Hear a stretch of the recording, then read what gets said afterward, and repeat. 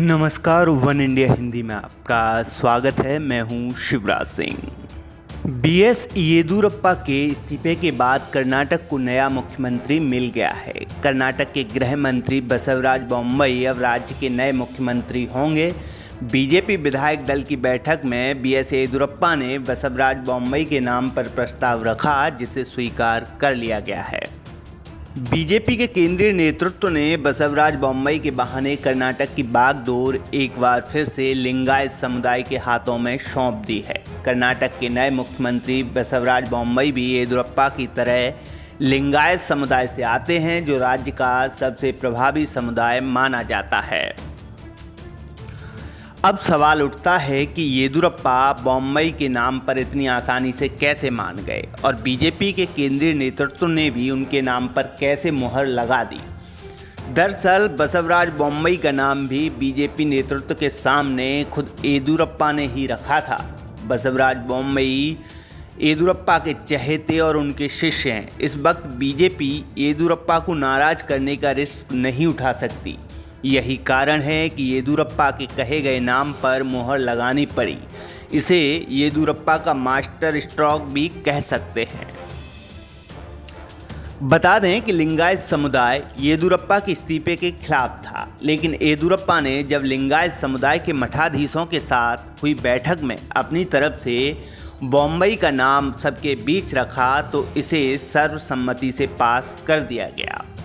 दरअसल येदियुरप्पा ने बैठक में बता दिया था कि सीएम पद की शपथ लेने से पहले ही ये तय हो चुका था कि मुझे 2 साल बाद आलाकमान के निर्देश के हिसाब से काम करना होगा। शीर्ष नेतृत्व का पैगाम आ गया है, मुझे पद छोड़ना होगा।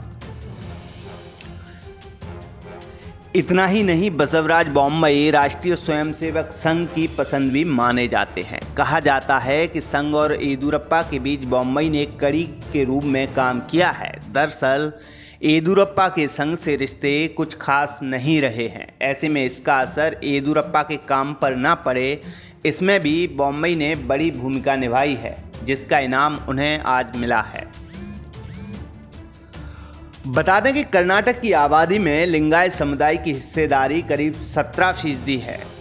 वो राज्य की 90 से 100 सीटों पर प्रभाव रखती है। इन सीटों पर जिसको लिंगायत समुदाय का वोट मिलता है वही विधानसभा पहुंचता है। लिंगायत समुदाय में येदियुरप्पा की कितनी मजबूत पकड़ है, ये बीजेपी पहले ही देख चुकी है।